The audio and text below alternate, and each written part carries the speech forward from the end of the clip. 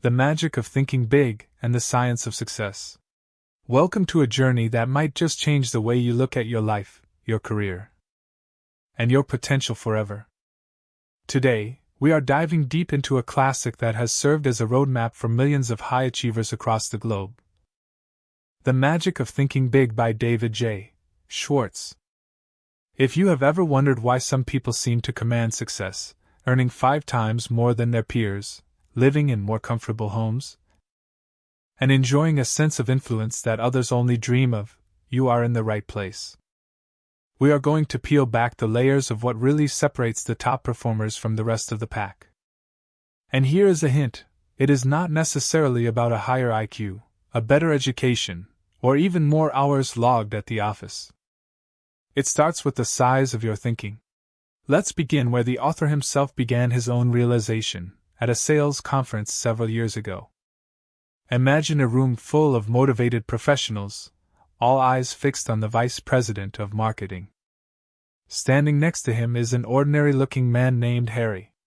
Now, Harry was an agent who had just finished the year earning $60,000. In a room where the average agent was lucky to clear $12,000, Harry was a giant. The vice president began to challenge the crowd. He asked, "Is Harry 5 times smarter than you?" According to the company's own personnel tests, the answer was no. Harry was as average as they come in terms of raw intellect. He then asked, "Did Harry work 5 times harder?" Again, the record showed that Harry actually took more time off than most of the people in that room. He wasn't a workaholic, he was efficient. Was Harry more educated? No. Was he in better health? No. Harry was a normal guy in every measurable way, except for one. As the vice president pointed out, Harry dared to think 5 times bigger than everyone else. This realization is the cornerstone of everything we're talking about today. Success is determined not by the size of your brain, but by the size of your thinking.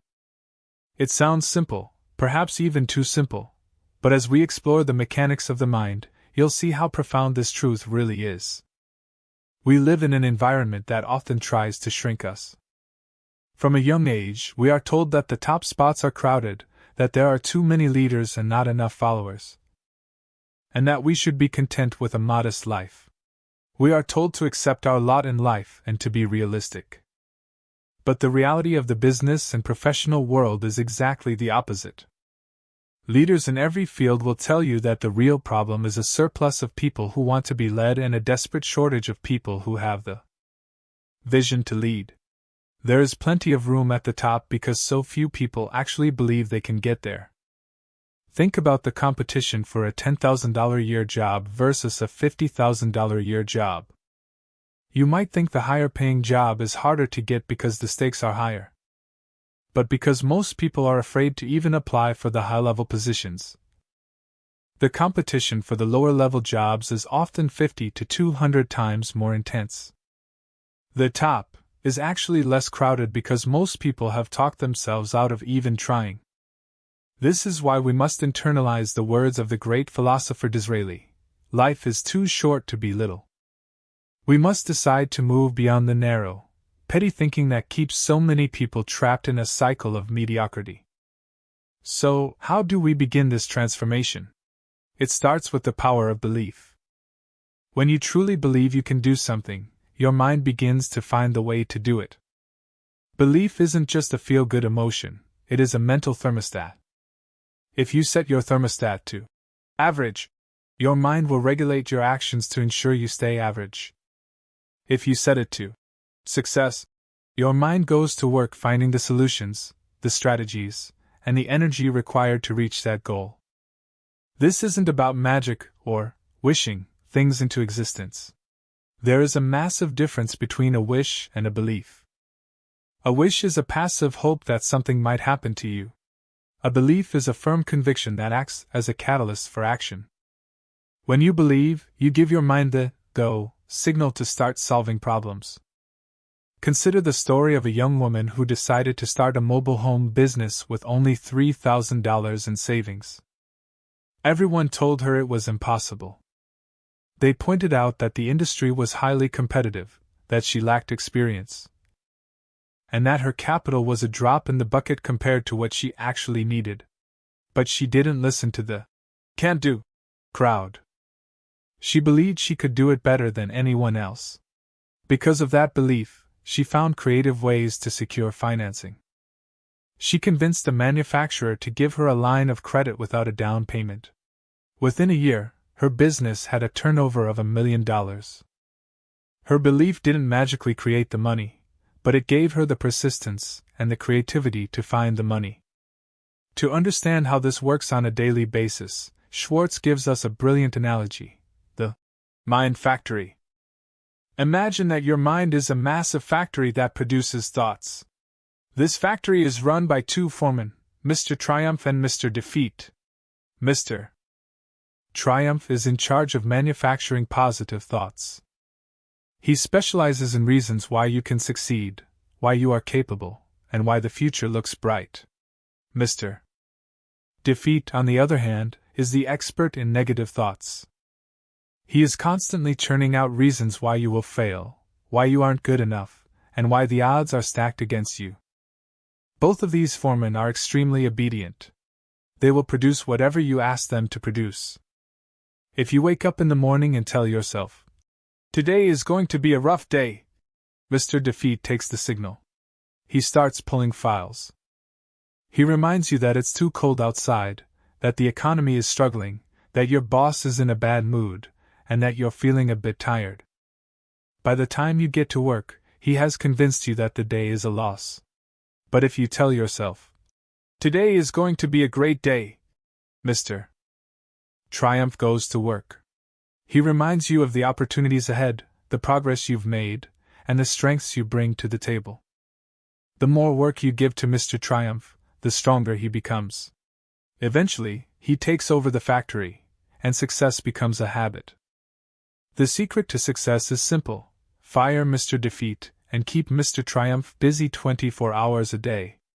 Now, even as we try to keep Mr. Triumph busy, we have to deal with a very common and very dangerous mental condition that Schwartz calls Excusitis. This is the failure disease. It is the habit of making excuses for why we aren't where we want to be. The more successful a person is, the fewer excuses they make. But the person who has gone nowhere always has a suitcase full of reasons why. Excusitis comes in 4 main varieties: health, intelligence, age, and luck. If we want to think big, we have to vaccinate ourselves against all 4. The first is health excusitis. We've all heard it. "I'd do more, but I just don't feel up to it." Or, "My heart isn't what it used to be."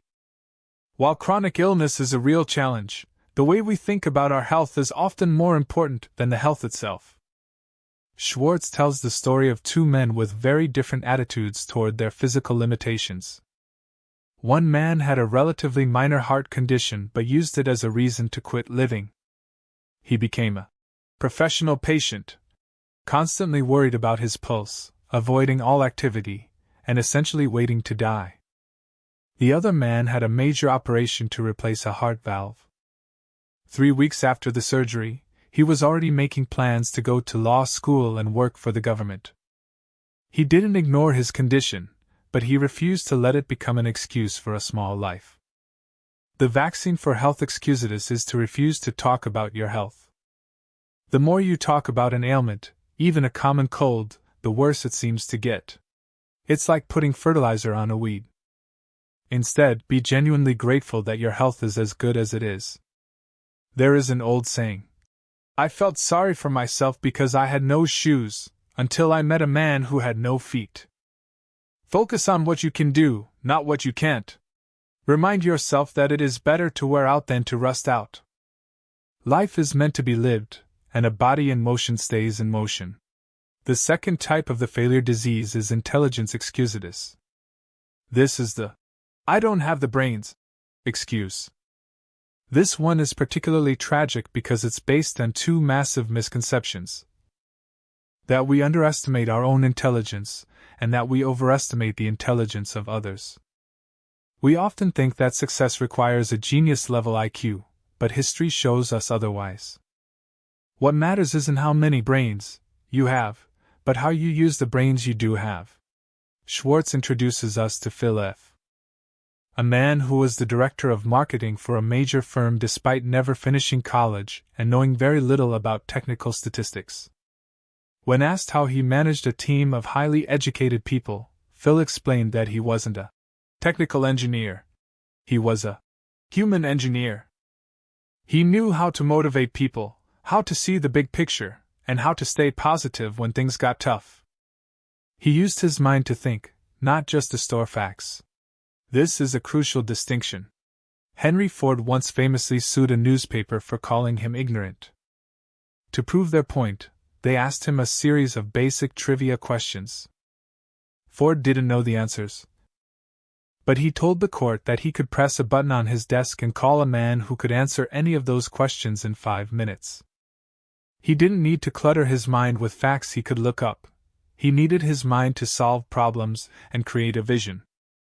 Even Albert Einstein, when asked how many feet are in a mile, admitted he didn't know. He said he saw no reason to fill his head with information he could find in a reference book in 2 minutes. The lesson here is that the mind is a laboratory for thinking, not a warehouse for facts. If you want to cure intelligence excusitis, stop worrying about your IQ. Instead, focus on your attitude. A person with an IQ of 100 and a positive can-do attitude will outperform a person with an IQ of 120 who is pessimistic and uncooperative every single time. Use your mind to create and solve, not just to record and remember. The third form of excusitis is the age excuse. This is the "I'm too old" or "I'm too young" trap. We see people in their late 30s or early 40s who feel like their life is already over, that it's too late to start a new career or pursue a dream. Schwartz helped a man named Cecil who was 40 years old and felt he was too old to get into sales. Schwartz asked Cecil a series of questions. "When does a person's productive life begin?" Cecil said. "Around 20. "And when does it end?" "Maybe at 70. Cecil replied. Schwartz then pointed out that at 40, Cecil had only used 20 years of his productive life and had 30 years left to go. He wasn't even halfway finished. He still had more time ahead of him than he had behind him. When you stop looking at your age as a number and start looking at it as a percentage of your productive life, the perspective shifts. Whether you are 20, 40, or 60, if you have health and a clear mind, you have time to make a significant impact. The "too young" excuse is just as baseless. Success isn't measured by years, it's measured by competence and maturity. If you know your job and you know people, you are old enough. The vaccine for age excusitis is to look at your future with excitement. Don't look at it as a countdown to retirement, but as a vast horizon of opportunity. Practice being young at heart, and remember that you are only as old as you feel you are. Finally, we have luck excusitis. This is the habit of attributing the success of others to good luck and your own failures to bad luck. People who think this way are looking at the world through a distorted lens. They see the promotion someone else got, but they don't see the months of extra work, the late nights, and the careful planning that led to it. They see the lucky break, but they miss the cause and effect relationship that created it. Schwartz gives us the example of a sales manager who observed two of his salesmen. One, John, had just landed a huge $100,000 order. The other salesman grumbled that John was just lucky again. But the manager knew the truth. John hadn't been lucky, he had been persistent.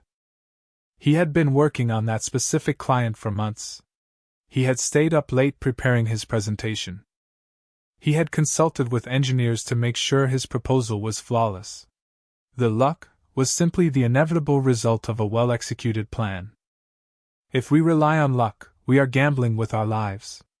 If we rely on the law of cause and effect, we are in control. The cure for luck excusitis is to accept that there are no shortcuts. Instead of waiting for a lucky break, focus on developing the qualities that make you a winner. Focus on preparation, planning, and positive thinking. When you do the right things in the right way, luck has a way of finding you. Once we have cleared away the fog of Excusitis, we can truly start to build the habit of thinking big. But Schwartz reminds us that this isn't a one-time event. It is a continuous process of self-improvement. He suggests that we should treat our lives like a laboratory. The people around us are the subjects. We should observe them, study them, and learn from them. Why does that manager have the respect of his team? Why does that neighbor always seem so happy?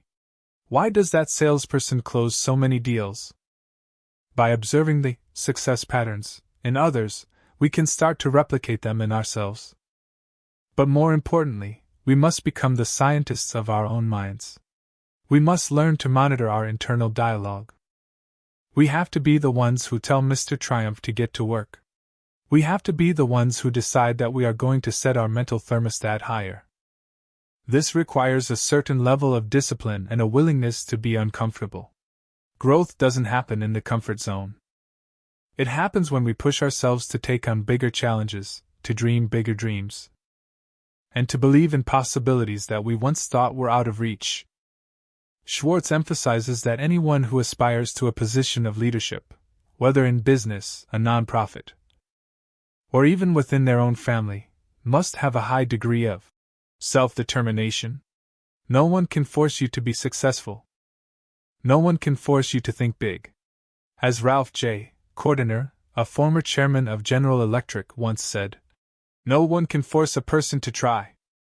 Whether a man moves forward or backward is a decision only he can make." This requires a relentless commitment to self-improvement. The most successful people in every field are those who never stop learning, never stop growing, and never stop looking for ways to be better than they were yesterday. This brings us to the importance of having a plan. A plan isn't just a list of tasks, it is a roadmap for your personal development. You need to know what you want to achieve, but you also need to know who you need to become to achieve it. Schwartz suggests that we need to define 3 things clearly. First, we need to know what we are going to do, our specific goals.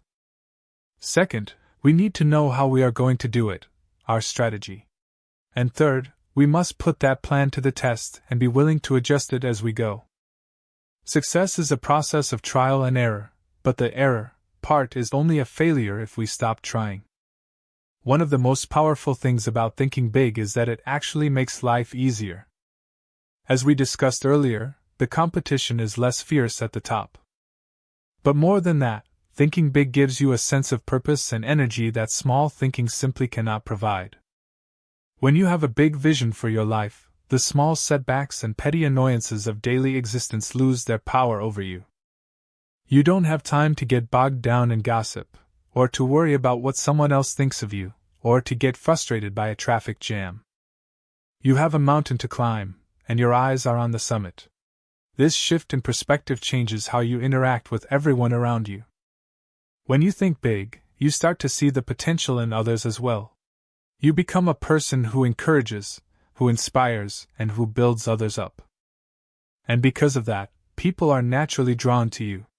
They want to be part of your vision. They want to help you succeed because your success is tied to their own growth. This is the magic that Schwartz talks about. It's not supernatural, it's the natural result of a mind that has been expanded to its full capacity. As we wrap up this deep dive into the foundational ideas of the magic of thinking big, I want you to take a moment to reflect on your own mental factory. Who has been running the show lately? Have you been giving all the work to Mr. Defeat? Have you been letting Excusitis hold you back from the life you truly want? It's time to fire the foreman of failure. It's time to vaccinate yourself against the excuses of health, intelligence, age, and luck. It's time to set your mental thermostat to success, and leave it there. Remember, you are a product of your own thoughts. If you think you are second-rate, you will act second-rate, and the world will treat you as second-rate. But if you think you are important, if you think you are capable, and if you think you are worthy of a big, beautiful life, you will begin to move toward that reality with an unstoppable momentum. The doors to success are open wider than they have ever been. There is a massive shortage of big thinkers in this world, and there is a seat at the top waiting for you. But you have to claim it. You have to decide, right now, that you are going to stop living small. You have to decide that you are going to embrace the magic of thinking big. Start today by observing the people around you. Learn from the winners, and take notes on the losers so you don't repeat their mistakes. Turn your mind into a laboratory of success.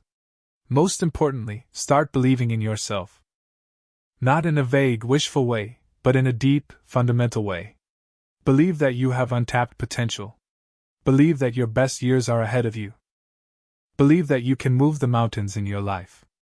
As you go through your day, keep Mr. Triumph busy. Every time a negative thought creeps in, every time you feel the urge to make an excuse, give Mr. Triumph a new order.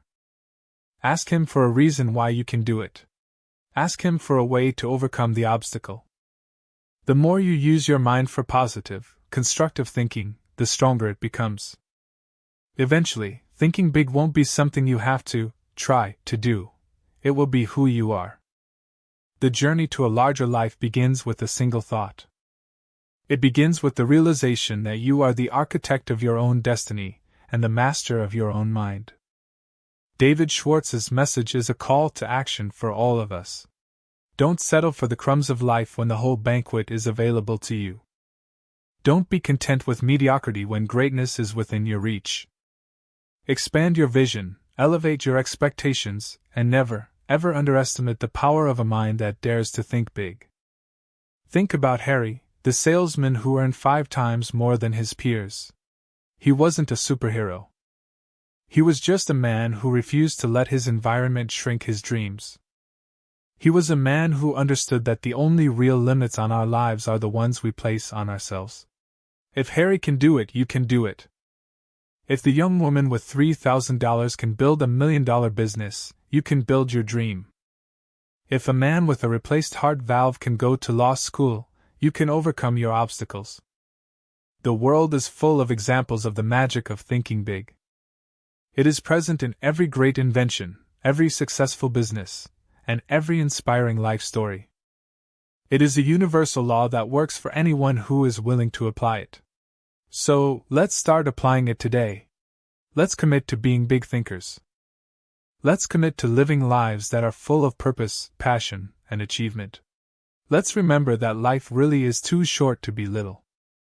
As you move forward from this experience, I challenge you to take one specific action. Identify one area of your life where you have been thinking small. Maybe it's your career goals, your financial aspirations, or even your personal relationships. Now I want you to take that goal and multiply it by 5. What would your life look like if you achieved that bigger version? What kind of person would you need to become? Once you have that vision in your mind, give it to Mr. Triumph. Tell him, this is where we are going. Find the way. And then, start walking. Don't worry if the path isn't perfectly clear yet. The how to always follows the believe. As you take those first steps, you'll find that the obstacles aren't as big as they seemed. And the resources you need have a way of appearing just when you need them. You'll find that people are more willing to help you than you thought, and that you have more strength and resilience than you ever realized. This is the magic in action. Thank you for spending this time exploring these powerful concepts. It is an honor to share this journey with you. Go out there and start thinking big. Set your thermostat high. Fire Mr. Defeat. Vaccinate yourself against Excusitis. And never forget that the size of your success will always be determined by the size of your belief. You have everything you need to create a life that is truly extraordinary. It's time to start thinking like it. The world is waiting for your big ideas, your big vision, and your big success. Now, go and make it happen.